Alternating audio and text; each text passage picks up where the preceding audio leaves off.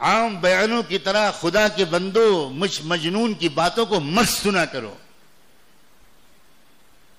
آنکھ جو کچھ دیکھتی ہے لب پہ آ سکتا نہیں.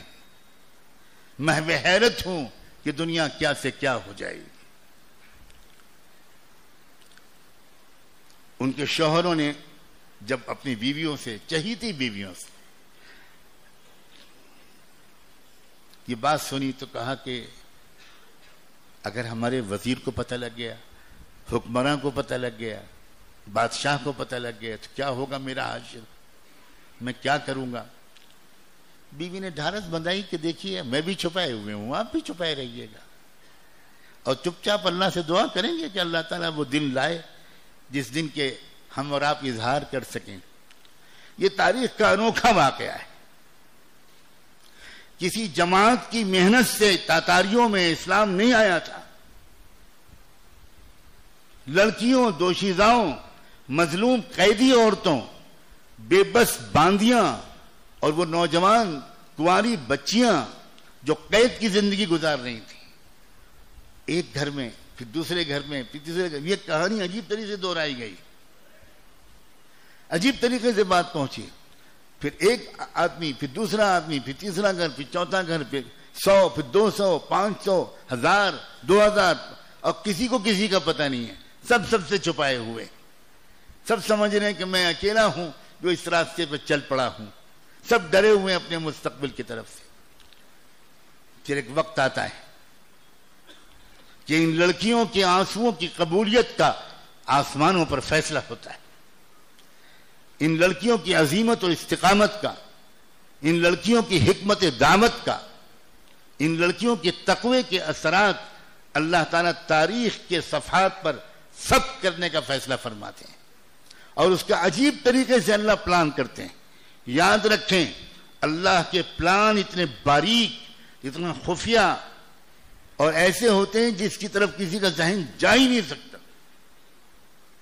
تم تحریکوں کو روک سکتے ہو، تم جماعتوں اور تنظیموں پر پابندی لگا سکتے ہو، تم چند داعیوں کو جیل میں بند کر سکتے ہو، لیکن تم اللہ کے پلان کو روکنے کی پر قدرت نہیں رکھتے. کیا کیا اللہ کا پلان؟ اس زمانے میں ایک صاحب دل، صاحب نسبت، صاحب نظر، ایک رونے کرنے والا اللہ کا نیک بندہ تھا.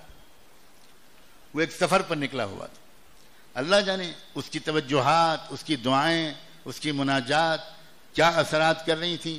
عام لوگ نہیں سمجھ پاتے کہ بعض وقت کسی چھوٹی سی کوٹری میں بیٹھا ہوا ایک صاحب دل اللہ کا نیک بندہ وہ کس طرح اللہ سے کچھ مانگتا ہے کہ فیصلے ایسے اترتے ہیں کہ ملکوں کا نقشہ بدل جاتا ہے. ایک اللہ کا بندہ وہ سفر کر رہا تھا، گزر رہا تھا، اور اس وقت کے تاتاری بادشاہ کا بیٹا شہزادہ وہ اپنے شکار کے لیے اسی راستے میں سے گزر رہا تھا. شکاری کتے ساتھ میں تھے، قافلہ ساتھ میں تھا، اور شراب و شباب کے انتظام ساتھ میں تھے. اور یہ سامنے سے، قافلے کے سامنے سے یہ اللہ والے اپنے عصا کو ٹیکتے ہوئے یہ سواری پر سوار گزر رہے تھے. شہزادے کو غصہ آ گیا. اس نے پہلے تو بلایا کہ میں نے تو یہ کہا تھا، اور ہمیشہ معمول ہے کہ راستہ صاف کیا جائے، جس راستے سے ہم کو گزرنا ہے وہاں کسی اور کو گزرنے کی اجازت نہ دی جائے. تو پہلے تو اپنے عملے کو ڈانٹا، اور پھر اس بزرگ کو بلایا، کہا گرفتار کر کے لاؤ اس کو، اس بڈھے کو لاؤ میرے پاس. سپاہی گئے، اس اللہ والے کو گرفتار کیا اور کہا کہ آپ شہزادہ کے دربار میں آپ کی حاضری ہے. اس نے کہا چلو. شہزادے نے سر سے پیر تک ان بزرگ کو دیکھا، نہ خوف، نہ ہیبت، نہ ڈر، نہ روب، مایوسی. دل بھی اللہ کا ذکر میں مشغول، زبان بھی اللہ کی یاد میں تر، ہونٹوں پر مسکراہٹ. شہزادے نے پوچھا، بڑے میاں ایک بات پوچھوں؟ پوچھو. تم زیادہ عزت و احترام کے لائق ہو یا یہ میرا کتا؟ بزرگ بلا کسی انتظار کے جواب دیا، شہزادے صاحب اگر روز محشر میری مغفرت ہو گئی تو میں عزت والا ہوں، اگر میری مغفرت نہ ہو سکی تو یہ کتا مجھ سے زیادہ معزز. شہزادہ کانپ گیا اس جواب سے. دلوں کا بدلنا، آپ دیکھو گے اس ملک کا نقشہ کیسے بدلے گا. آپ نہیں دیکھو گے تو آپ کی اولادیں اور اولادوں کی اولادیں بدلیں گی.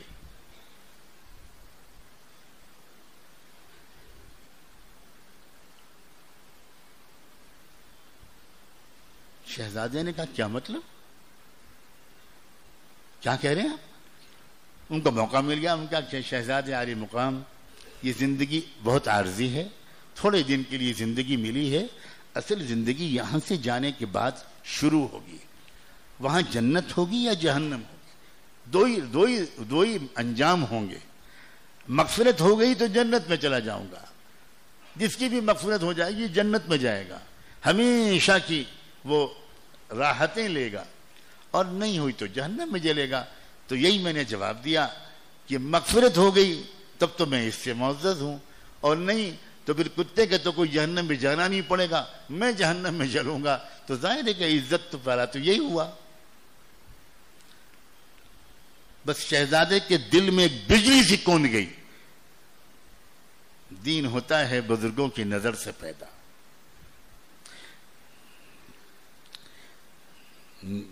نگاہ مرد مومن سے بدل جاتی ہیں تقدیریں. بس شہزادے نے صرف اتنا کہا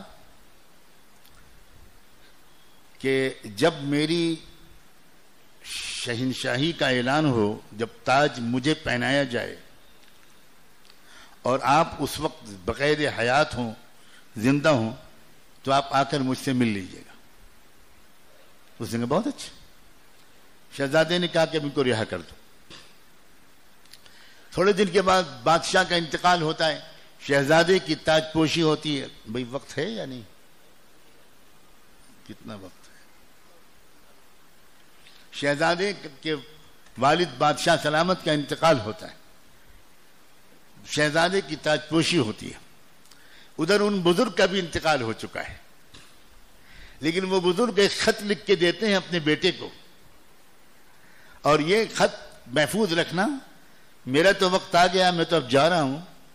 اگر تمہاری زندگی میں شہزادے کی تاج پوشی ہو تو کسی طرح محل میں جا کر یہ میرا خط پہنچا دینا.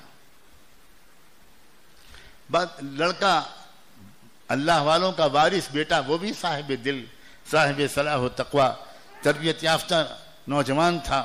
اس نے خط کو حفاظت سے رکھا.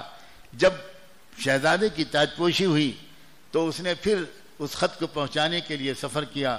محل کے دربان نے روک دیا، نہیں تم نہیں جا سکتے، ملاقات نہیں ہو سکتی. اس نے کہا کہ آپ صرف بادشاہ سلامت سے اتنا کہہ دیجئے کہ آپ کے والد کی طرف سے، آپ کے والد کے حکم سے، میرے والد نے کچھ مجھ کو خط لکھ کر دیا تھا، تو میں وہ خط پہنچانے آیا ہوں، اور میں ان کے ہاتھ میں دینا چاہتا ہوں. نہ مجھے کچھ مانگنا ہے نہ کچھ، میں وہ امانت پہنچا کے واپس چلا جاؤں گا. آپ اتنا پیغام تو پہنچا دیجئے. جب شہزادے تک جو اب بادشاہ بن چکا تھا یہ پیغام پہنچا، اسے فوراً سب یاد آ گیا. اس نے کہا اعزاز و اکرام کے ساتھ ان کو میرے دربار میں لاؤ. وہ لائے گئے. انہوں نے خط پیش کیا کہ میں یہ امانت پیش کرتا ہوں. خط پڑھا، آنکھوں سے لگایا، سر پہ رکھا. اس نے کہا میں اسی لمحے کے انتظار میں تھا، کاش کہ وہ خود حیات ہوتے، وہ خود آتے. لیکن آپ اب ان کے جانشین اور وارث ہیں. محل میں میرے مہمان کی حیثیت سے آپ کا قیام رہے گا، اور تھوڑا انتظار کیجئے اور پھر دیکھیے کہ کیا ہوتا ہے. نماز کا وقت آیا. بادشاہ سلامت نے اپنے وزراء کو، درباریوں کو بلا کر یہ کہا کہ میں چھپائے ہوئے تھا، میں بہت پہلے کلمہ پڑھ چکا ہوں، اور میں انتظار میں تھا کہ کوئی مناسب موقع آئے. آج وہ مناسب موقع آ گیا. تمہارا جو فیصلہ ہو تم آزاد ہو، میں تم میں سے کسی کو مجبور نہیں کروں گا. میں اسلام قبول کر چکا ہوں. محل میں باجماعت نماز ہوگی.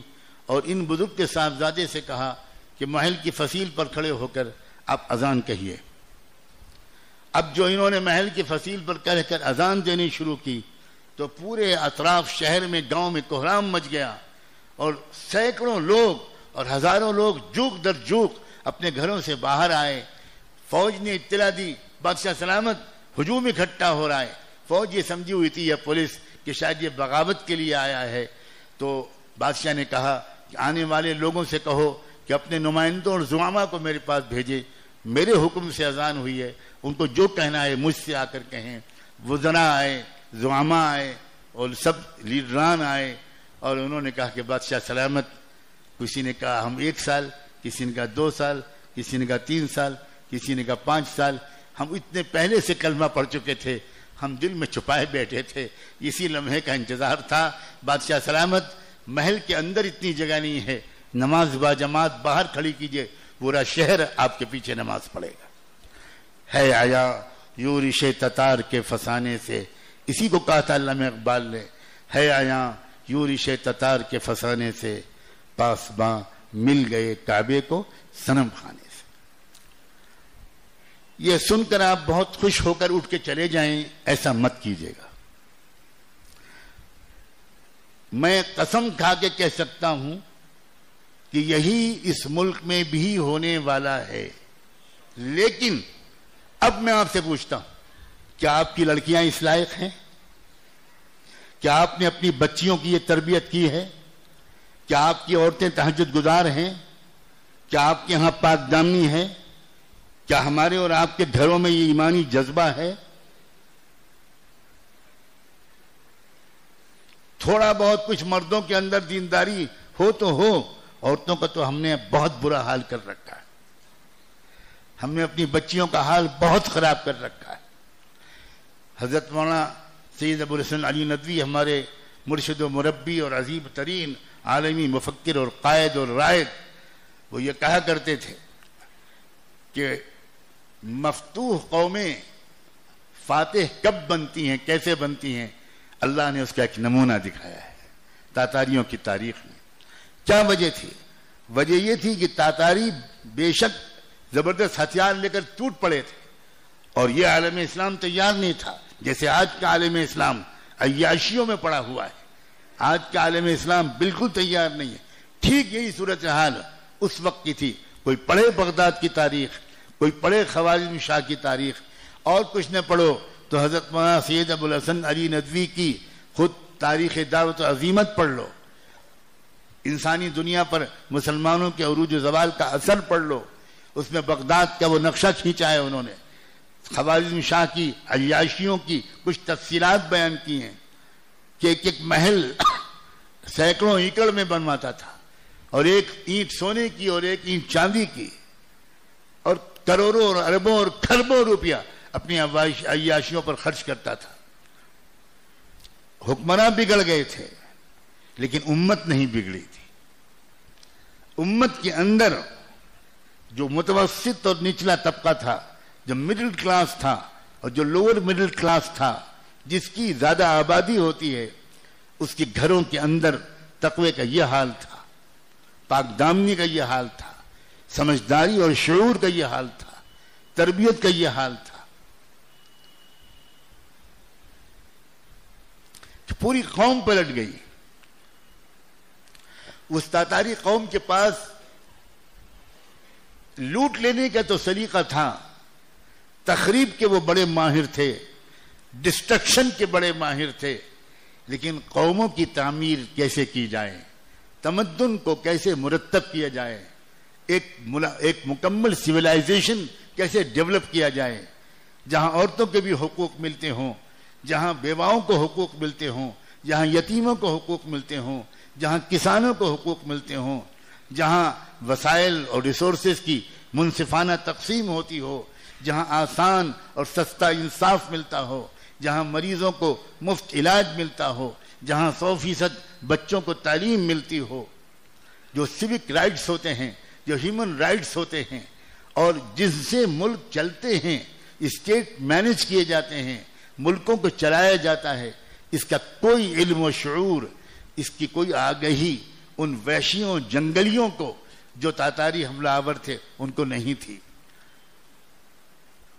تو اس طرح آپ نے ملک فتح کر لیا, آپ ملک چلا تو سکتے نہیں. ادھر یہ جو مسلمان عوام تھے, ان میں تاجر بھی, ان میں کسان بھی, ان میں مزدور بھی, ان میں مرد بھی, ان میں عورتیں بھی, ان میں نوجوان بھی, ان میں پڑھے لکھے بھی، ان میں بے پڑھے لکھے بھی، ان میں شہری بھی، ان میں دیہاتی بھی، ہر طبقے کے لوگ، ان میں نوجوان بچیاں بھی، بوڑھی عورتیں بھی، شاعر بھی، ادیب بھی، سپاہی بھی، سب کے سب اکثریت ایک اچھی تربیت یافتہ مہذب زندگی گزار رہے تھے۔ چنانچہ مفتوحوں نے فاتحوں کو فتح کیا۔ میں اب اپنی آخری بات کہہ کر اپنی بات کو مکمل کروں گا۔ آنے والے بھارت کا نقشہ سمجھ لو، ایک وحشی قوم ہے، مجھے اس کے کہنے میں کوئی تعمل نہیں، ایک وحشی اور تنگ نظر قوم ہے، ایک بربری لوگ ہیں، ایک مغرور نسل ہے، ایک نشے میں چور نسل ہے، ایک چھوٹی سی باہر سے آئی ہوئی مٹھی بھر ایک نسل ہے۔ ہماری بدعمالیوں اور غفلتوں کی وجہ سے، ہماری بے شعوریوں اور جہالتوں کی وجہ سے، ہماری سستی اور کاہلی اور بدنظمی کی وجہ سے، امت پناہ ہمارے اندر سے نکل جانے کی وجہ سے، اور بھی مختلف ہمارے عیبوں کی وجہ سے ایک موقع اس کو مل رہا ہے، اور وہ موقع ملے گا اور اس کا کچھ اسی طرح کا استعمال کرنے کا اس کا منصوبہ ہے جس طرح تاتاریوں نے کیا تھا۔ کاش کہ آپ میرے اشارے کو سمجھیں۔ خواب غفلت سے اب بھی بیدار نہیں ہوں گے تو مجھے یقین ہے کہ خواب غفلت سے بیدار ہونے کا موقع بھی آئندہ آنے والے چند دنوں میں چھن جانے والا ہے۔ لیکن ایک بات یہ ذہن میں رکھیے کہ ان کو ملکوں کے چلانے کا کتنا سلیقہ ہے یہ پچھلے 5-6 سال میں سامنے آ گیا۔ کیا اس متن کی بھی تشریح کروں؟ ماشاءاللہ کیا سلیقہ ہے ملکوں کو چلانے کا، ملک کی اکنامی کہاں جا رہی ہے، ملک کی معاشی حالت کہاں جا رہی ہے، کتنی بے روزگاری بڑھ رہی ہے، کتنی مہنگائی بڑھ رہی ہے۔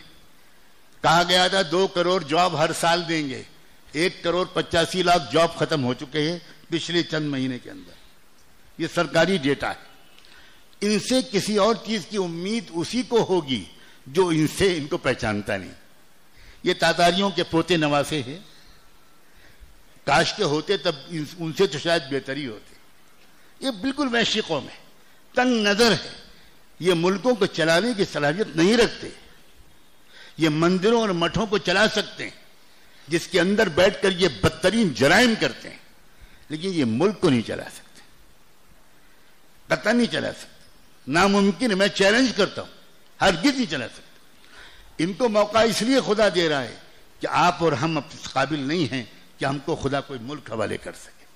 ہم تو قبرستان میں کی جائیدادیں بیچنے والے لوگ ہیں، ہم بزرگوں کے وقف کی ہوئی جائیدادیں بیچنے والے لوگ ہیں، ہم مردوں کے کفن چرانے والے لوگ ہیں، ہم آپس میں لڑنے والے لوگ ہیں۔